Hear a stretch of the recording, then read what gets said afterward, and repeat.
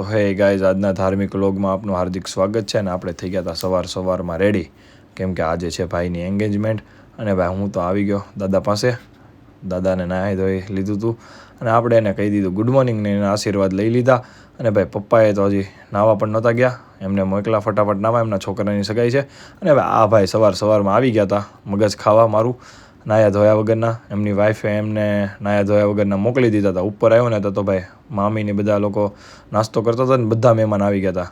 થોડીક વાર થઈ ત્યાં ભાઈ ફાર્મમાં જવાની તૈયારી કરી દીધી હતી ચાલુ, અને બધા જ લોકો ફાર્મમાં આવી ગયા. અને ભાઈ અમે બધા જ લોકો ફાર્મમાં આવી ગયા, ભાવેશ માસા અને અમે બધા જ. અને જો ભાઈ એન્ટ્રી બી કરી લીધી, અને ભાઈએ તો કરી ભાઈ ધમાકેદાર એન્ટ્રી, બહુ જ મસ્ત લાગતા હતા.